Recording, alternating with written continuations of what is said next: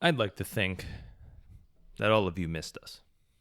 To all of our subscribers, this is the beginning of season 2. And I'd like to think you guys were pining for some of our content. I hope. Well, this marks the beginning of that. I got some pre-season Nick rants, just like last year. Some of which will be wrapping up my predictions of last year, like the Steiner Files, which are coming up next. Will be the next in the series. And I have a way to finally wrap up the talk I had on the driver market of last year, the point system, quick driver talk. Remember all those? I said, what was a quick driver? I asked that question. I'm going to wrap it all up this year with some philosophical talk. Sean and I mentioned at the end of last year, we're going to do some more philosophy and incorporate that in our discussions. Today won't be much of that, I'll be completely honest with you. Today, I'm going to talk about the rookie drivers situation. Sean and I have kept sort of quiet on that because we've never had a full-on discussion on it. But I want to give my take on it. It's been about a month and a half, 2 months since I think it's actually only been a month since the driver market was finalized. It was shortly after the season. Today is January 13th, 2025. And the driver market was fully wrapped up with the signing of Isak Hadjar. Lawson also went to Red Bull. Jack Doohan was confirmed to Alpine earlier in the season, but now is under pressure from Franco Colapinto, allegedly. Gabriel Bortoleto was signed to Sauber 2 weeks after the Brazilian Grand Prix, so about 2 races before the end of the season. Kimi Antonelli was confirmed at Monza, and Oliver Bearman was confirmed way too soon off of way too little of a sample size into Haas. Those 6 drivers will be the bulk of my discussion. I will throw in some Colapinto talk and some Yuki talk to wrap it up. My thoughts of where they stand too. Yuki is obviously not a rookie by any means, but he is unfortunately foisted into that orbit because nobody seems to want to put him anywhere special. So that's treated like a rookie. He still apparently has a lot to prove. And I think after, 4 seasons, if you don't know who he is, then you'll never know who he is, or he'll just never be good enough in your eyes. And I think there's an unfortunate amount of denial in Yuki fans and blindsidedness from Yuki haters that treat him the way they treat him, that brings about the way that Formula One treats him. I think he stands somewhere in the middle of hatred and worship. He deserves, I think, a fair shot, and he's proven himself time and time again that he can be an average driver. But yeah, he will never be anything special, so why have you kept him on this long? And on top of that, he's better than a lot of the drivers out there, so why do you just keep him down? He's in a weird position. Talk about that more later. Like I said, this is the beginning of Season 2. We are no longer on rss.com, so you will only see our content from this point forward on Spotify, Apple Podcasts, and YouTube. We're going exclusively there. Look for us there. F1 Philosophy at YouTube and F1 Philosophy on Spotify. Search it on Spotify and Apple Music. You will see us there. Like, subscribe, get this podcast trending, get us some more exposure. We love doing this and we want to get some more content for you in the future. Yeah, a lot of changes coming for 2025. And yeah, I took a good month off from speaking and have a lot of thoughts in my head. That's why I think I need to let them all out again before Sean and I start recapping what we see in testing, giving our 2025 predictions. I got a lot of hot takes for that. I'm thinking it over in my head now. I've got some hot takes for predictions. But yeah, you'll hear more out of me soon. But let's get into it. So there's 6 rookies next season. Lawson to me is half a rookie. And Doohan is technically not a rookie because he'll be his 2nd race next season. Same with Bearman. He'll be his 4th. But Antonelli, Hadjar, and Bortoleto, pure rookies. I don't think that this was the best group they could have chosen if you wanted to start fresh. I think all of them have their strengths and flaws. And actually, in the case of Bearman, I see no strengths. None whatsoever. I do see some strength in Hadjar, although I think he will end up being the weakest of the group in terms of results, points, and general affinity towards him from the media. The media, I think, will force Hadjar out in a way that they did Nick DeVries. I think he's shaping up to be that. Antonelli, I've kept quiet on what I really think of him. Sean and I did some analysis on his FP1 run in Monza. And we were just a little annoyed that Mercedes was shifting the goalposts with him and downplaying the fact that he crashed almost instantly, last on the timesheets. And Mercedes tried to gaslight us and say, no, actually, he was doing amazing. Look how much speed he had through a corner. And we're just like, all the drivers could go flat out into a corner. It's the drivers that make it through that we care about. And I just didn't like the way they talked about it, but I wasn't full on about Antonelli at that point. I wasn't really analyzing him then. I would give him a chance to live out the rest of his F2 season, and that's what I'm going to talk about. Nothing much to see there. But yeah, they all have their strengths, they all have their weaknesses. And I think this was not the season to go gung-ho on rookies. Maybe next season, because there's a lot of experience that was left on the table. Sean and I talked about it at the end. Between Daniel Ricciardo, Valtteri Bottas, and Sergio Perez, they abandoned 24 race wins and over 100 podiums for guys that did not excel in their junior categories, for guys that did not show promise, except for Bortoleto, who, for me, his only fault is really that he's in the wrong car. I actually think he has a lot of potential. Like, nobody's talking about the fact that he just won F3, F2 back-to-back with less support and less funding than Piastri. And Piastri's turned out good, and I think Bortoleto can turn out good, but I don't understand why there's no fanfare for him. Is Mark Webber really that tight with the mainstream Formula One media that he hyped Oscar up in such a way that he can do no wrong? That's what it seems to be. It seems like it's more, and I'll talk about this too in the Steiner files, it seems more that Oscar has good management than necessarily great skills. And I think he's very skilled. I think he's going to be exceptional. But at the moment, whenever he falters, it seems like he has a floor from the media constantly pushing him back up, whereas any other driver would be scrutinized more. And you get a bit of scrutiny from, say, Eddie Jordan, who can't help himself but tell the truth once in a while, even though he makes up and goes along with certain types of propaganda on his Formula for Success podcast. But yeah, why isn't Bortoleto treated like that? Alonso's his manager. You think they would want to hype him up more, but yeah, I don't know. I don't want to start with Bortoleto, though. I'm going to start with Red Bull. Red Bull made probably the biggest mistake they could have made, putting Lawson in that car, into the Red Bull. And an even bigger mistake for no reason by putting Isak Hadjar in the V-Carb. Now I get it. You want to start fresh. Everybody seems to want to pump up their junior programs, Alpine and Red Bull more so. Mercedes is trying to show and flex their wings. Ferrari with Bearman, not well. But where is this going with Lawson? What's the point of this? You sacked Sergio Perez because you didn't have a consistent enough point score. You didn't have someone who could navigate and negotiate a car that's Max Verstappen's. You had someone who was devoid of confidence and overlooked and not listened to when he had any reservations and ways to fix the car.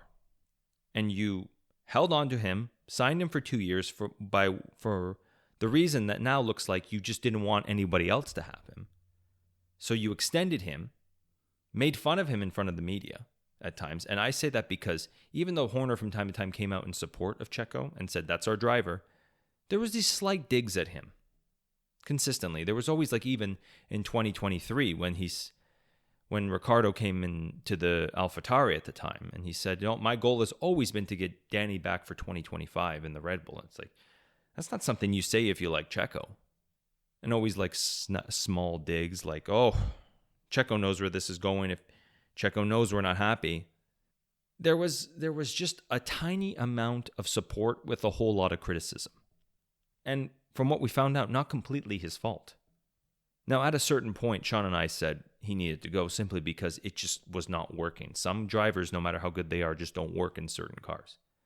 And Sergio, to me, is an above-average driver. He always overperformed at bad cars. There's a lot of potential there. And he's coming, now towards the end of his prime, but still has that flicker.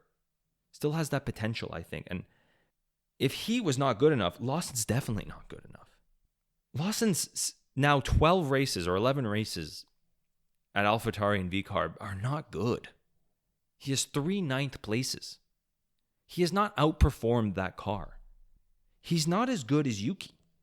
So what the hell are you overlooking Yuki for and putting him in the car? If he clearly needs another year. Something I heard, he was on the Pit Stop podcast the other day, and it boiled my blood because it was just like, they were saying, what's it going to be like when you step into that car in Melbourne? And Lawson was like, yeah, well, I've never really driven that track, so I have no idea. What? What lapse of judgment is Red Bull having right now that they're putting a young driver in that situation at the most important team?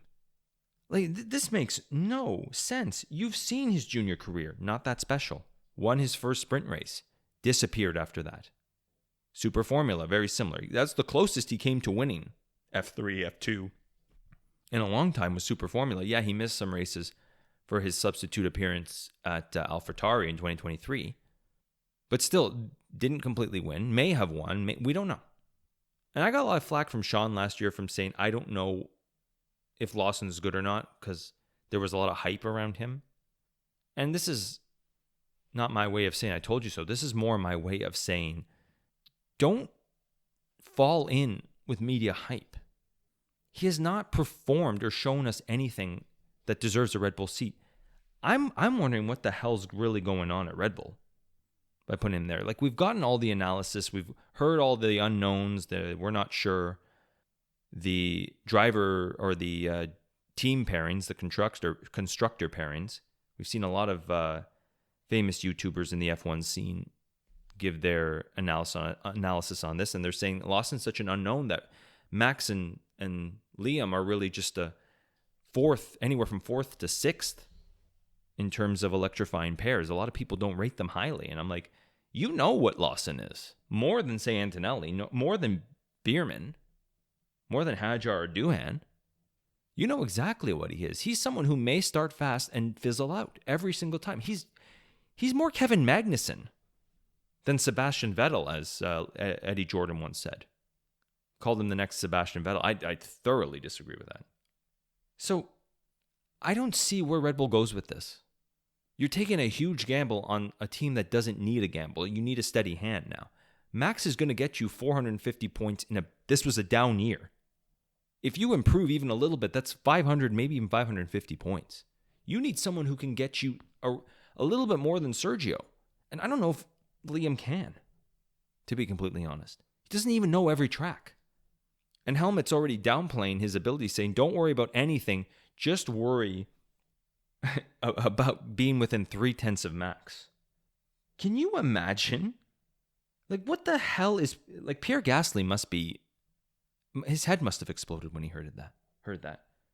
Pierre Gasly, who won F3, F2, all the junior careers, excelled at Toro Rosso at the time. Excelled at AlphaTauri when he went back. Got podiums. Win. Shouldn't overtalk him that much. Lawson's nowhere even near that. And Gasly was cast aside because he just wasn't as good as Max at a time when they were trying to grow. And it was harsh thinking by everybody because of his attitude. But compared to Lawson, they would kill for Gasly right now. Sean's talked about Gasly's attitude problems many times. But they would kill for someone like him right now. They're giving full support and don't worry, Liam, it's going to be okay. To him? I'm stuck at Alpine now because of you idiots, and I could have done things there. That's probably what Pierre Gasly is thinking. I'm not his biggest fan. But that's who you break the bank for. That's who you go and give your support behind. Liam also has those attitude problems too. That's the most mind-boggling part.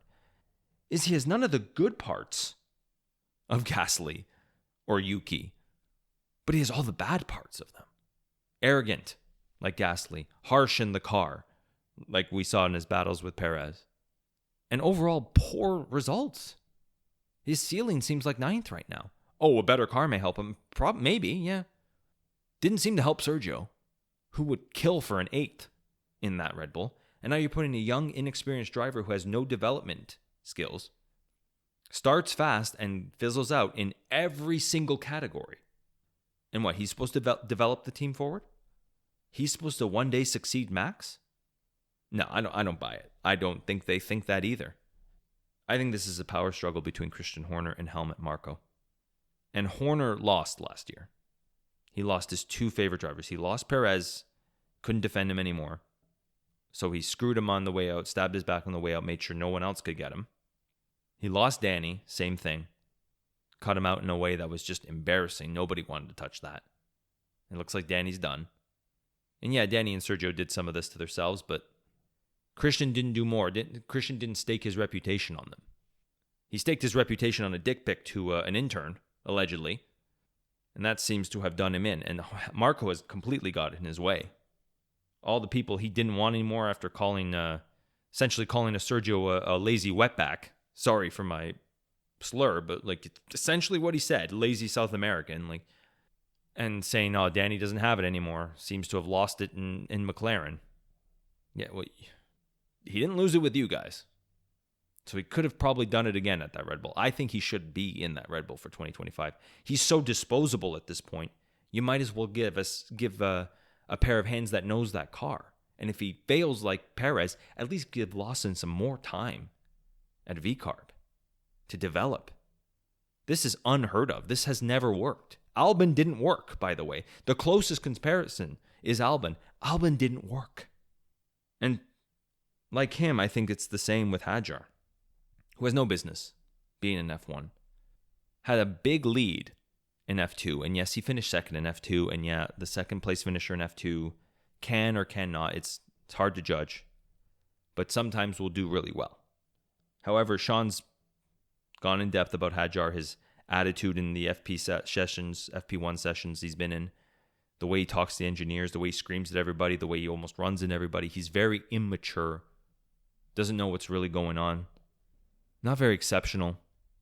I think he threw away the F2 championship this year, which speaks to his lack of resolve, his ability to operate under pressure. That's another thing for Lawson, too. Lawson under pressure only gave us what we saw at the end of last season, which was still not as good as Yuki.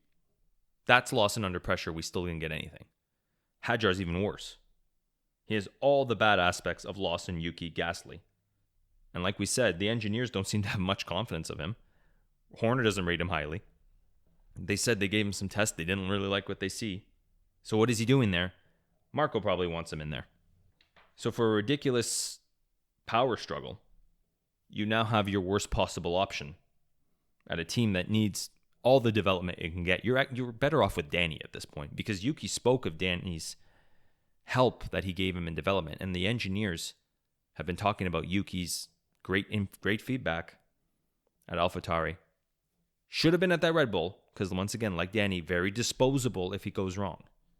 Yuki's not going anywhere anymore. His future does not look bright, unfortunately. He's going to have one hell of a season just to stay in Formula One, I think.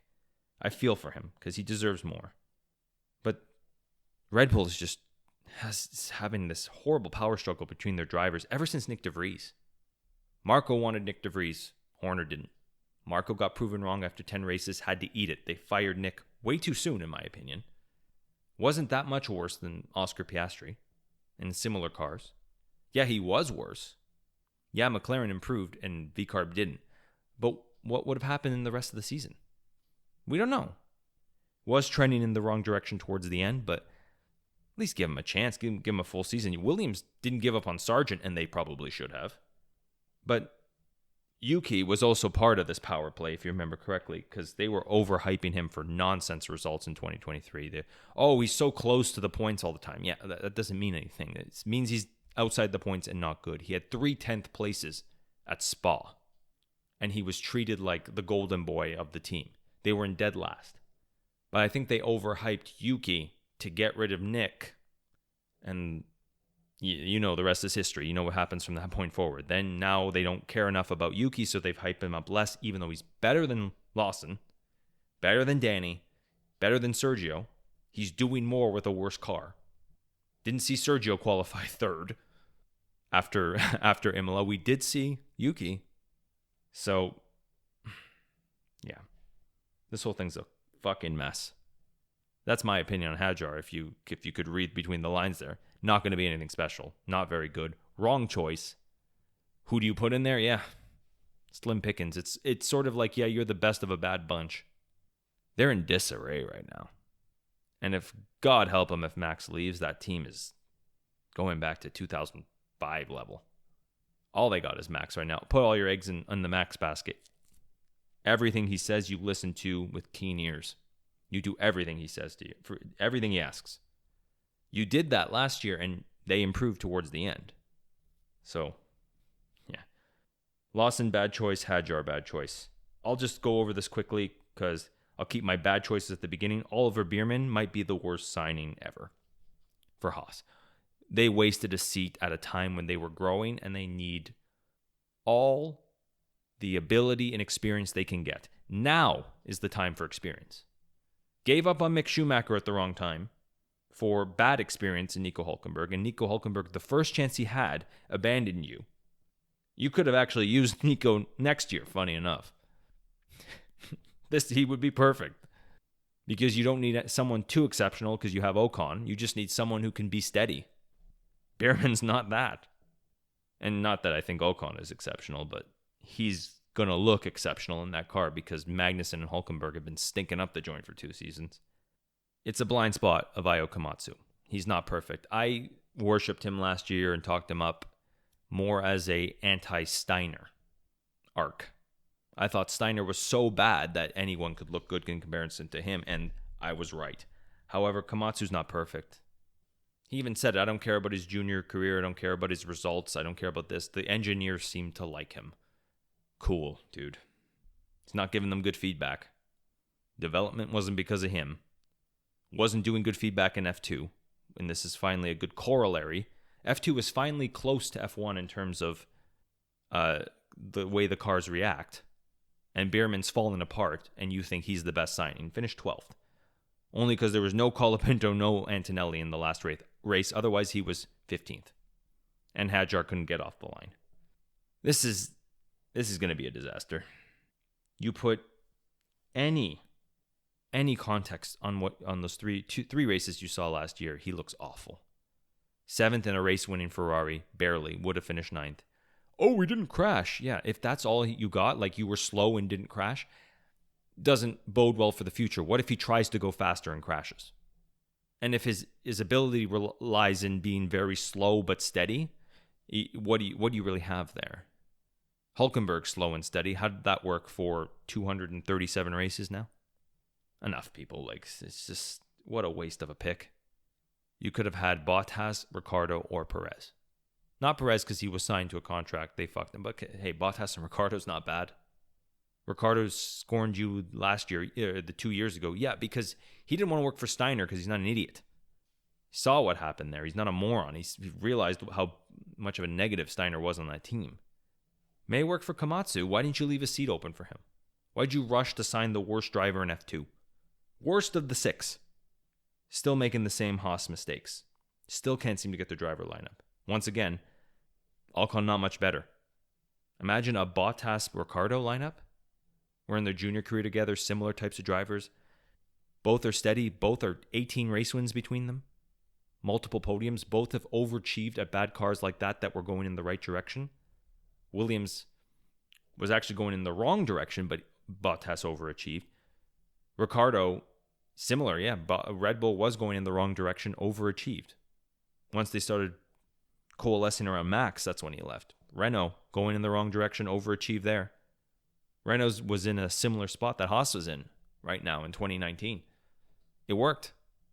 No, instead you rushed to sign 2 of the worst drivers you could have possibly gotten. And yeah, I'll say it now. Oliver Bearman in real terms will be worse than Nikita Mazepin. I was going to save that for our predictions this season, but I think Sean and I need to find a real terms, what real terms is, but I'm pretty sure if you compare cars, because Mazepin's car was really bad, and Bearman's car will be mid-level, and you break it down, I think you will see Bearman will actually end up being worse than Mazepin. I have no doubt of that in my mind. Jack Doohan is another rookie we talked a little bit about. Wasn't very good in Abu Dhabi. It's finally coming out now that they've signed Colapinto as a reserve driver. When they wanted Doohan in F1, when they wanted to protect their investment, because Doohan is a function of the Formula One media, has no business being in that car.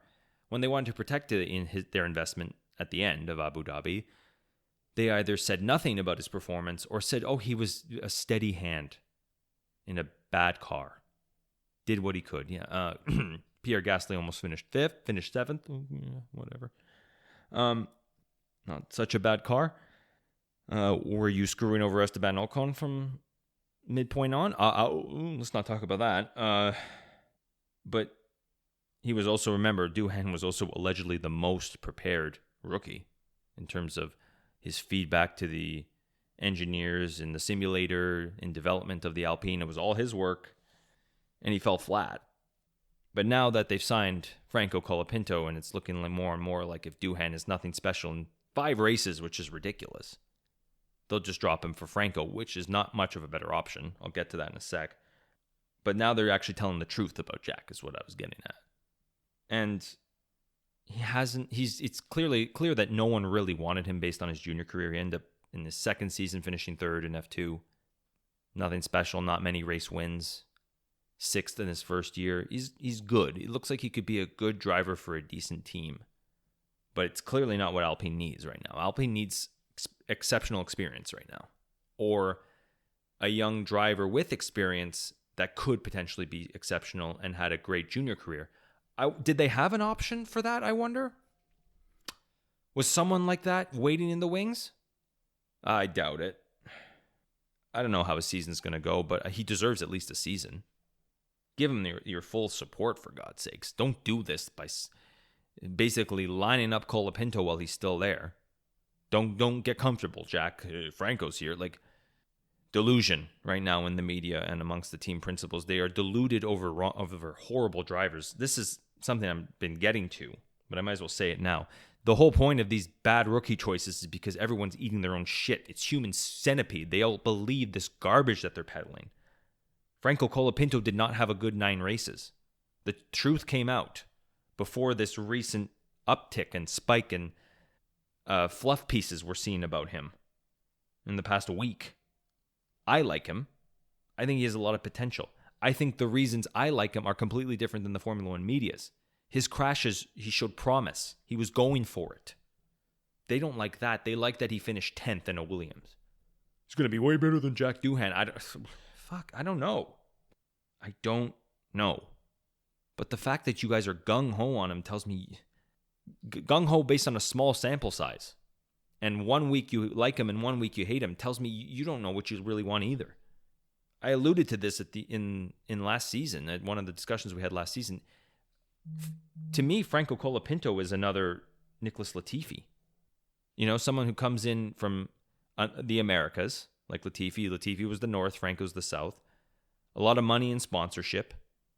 They're trying to get that market now. They want the South American market because it looks like they have the North American market. That's why I'm doing this podcast. But is Franco actually good? And we've seen this playbook before. Latifi finished 2nd in F2.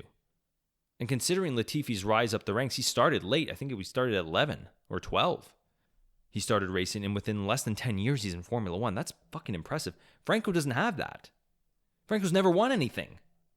So where's this hype coming from? Oh, because he passed Albon in Singapore on the first corner? I don't, like... driving me nuts. What is he really? I don't know. We need more sample sizes. Like maybe giving Jack Doohan a full year. Putting your support behind him. Sargent even got that. They were, to me, very similar if you look at their results. Like I said, Doohan, 2 lackluster F2 years. Finished 3rd. Sargent limped 2 lackluster F2 years. Limped to 4th. Got his just enough super license points, but they wanted an American driver. They really wanted the American market.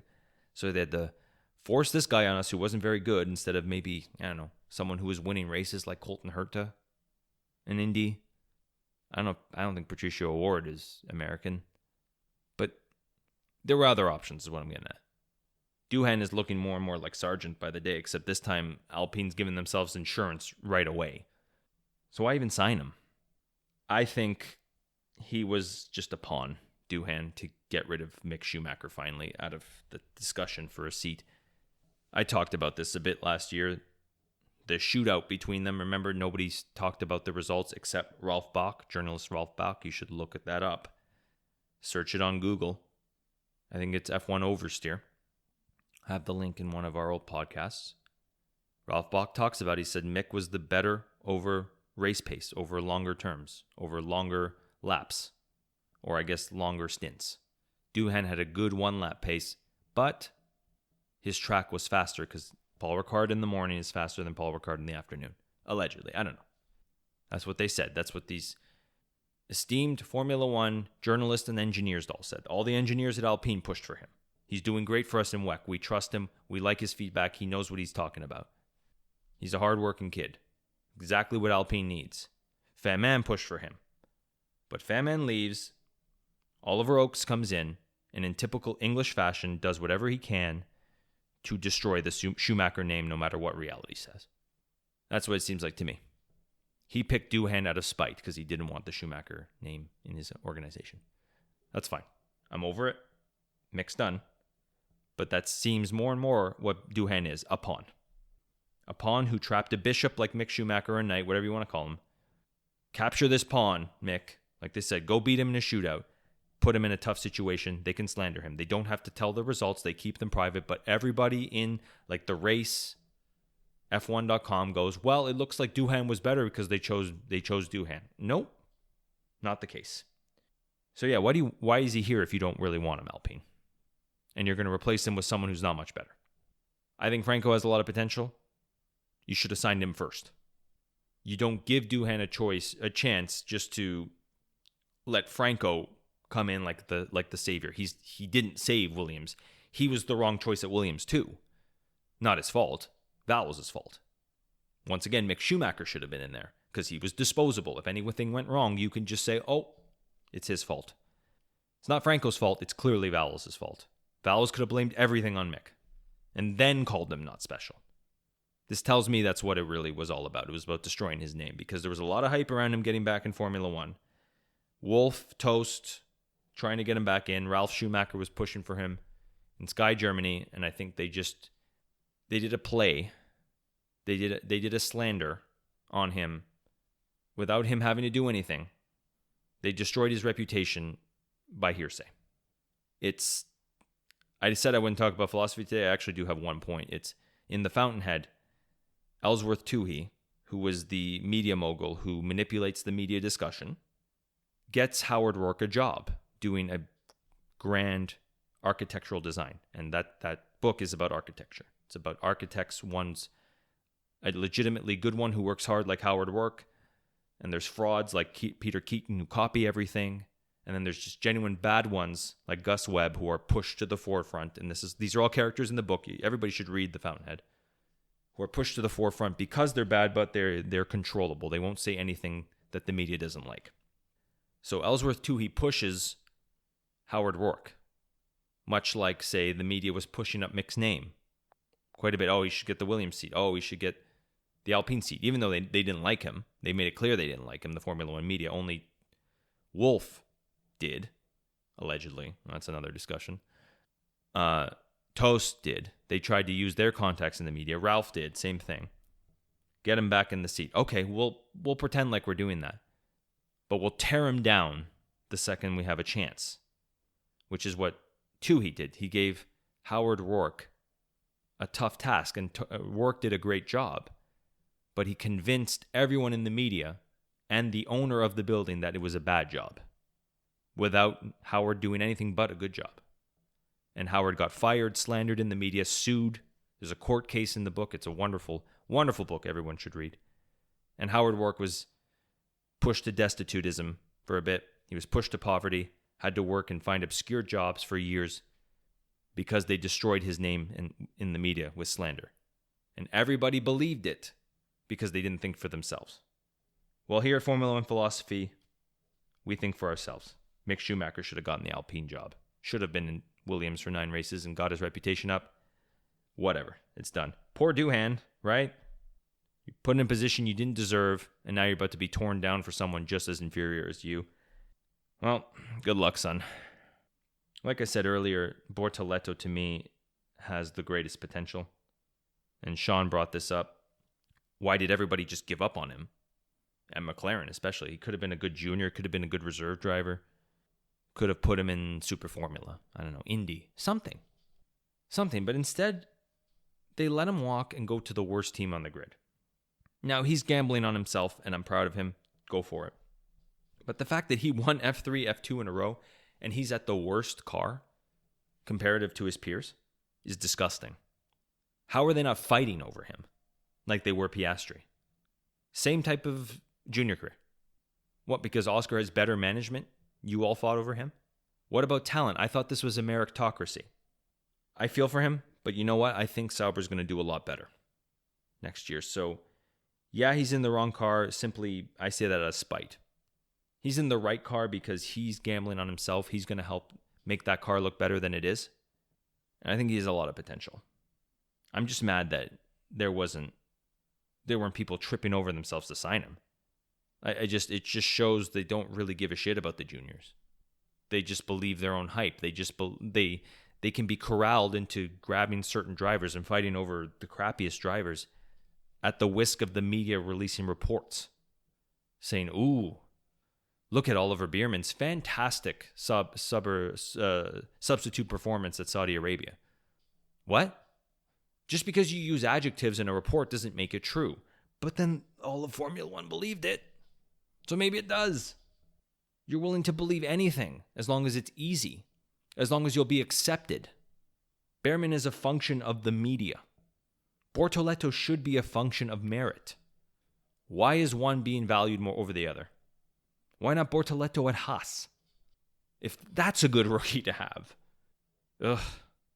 Just wild. Anyways, good luck, Gabriel. You'll do fine.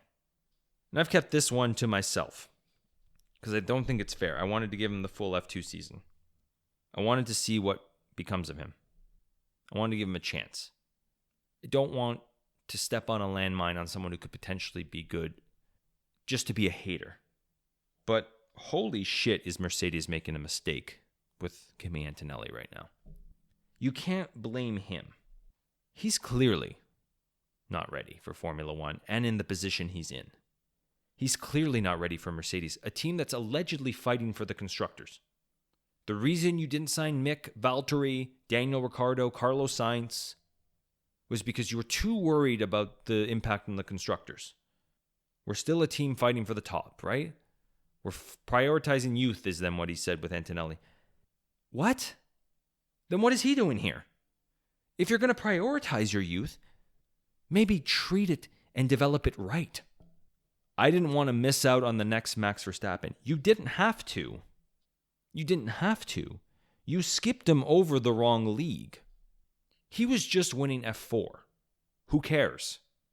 How does he do in F3, one of the most competitive series, a series that is a great olive branch in comparison to F1? Many people have gone from F3 to F1 and succeeded. Michael Schumacher, Ayrton Senna, Max Verstappen, who you're comparing him to. Even low-level guys like Esteban Ocon and Lance Stroll dominated F3 and were skipped to F1. At times it worked out well for both of them. The long-term prospects don't look good unless they become champions. But why not put him there last year? See how he fares there. And if he won and came in flying, then you could have skipped him to F1 and say, I have a basis of history to justify his inclusion in Mercedes. To justify his inclusion, he's going to come out flying because he did good in F3. Instead, you skipped him over that one, the highly competitive one, the one that has the best corollary to Formula One. The one where he's competing against a lot of people who are hungry to prove themselves and keep their sponsorship. Into F2, where you get a mixed bag of people who win F2 going into F1. And on top of that, he did bad. Not bad, but not great. For his rookie season, it wasn't horrible, but it was around where Lawson and Doohan were, and Bearman. It's not looking good. and your car is not good enough that it's going to give him much confidence.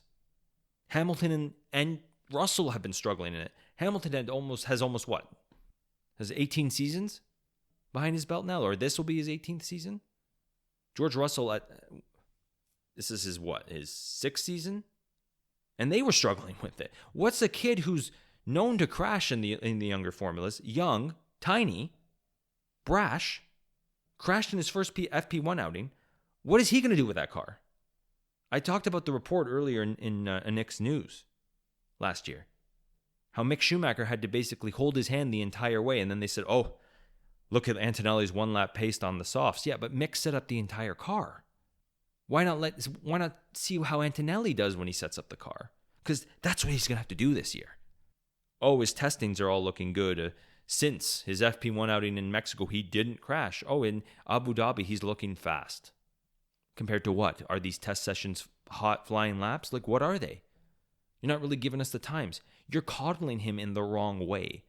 You're covering up his results while not helping him develop in the right way.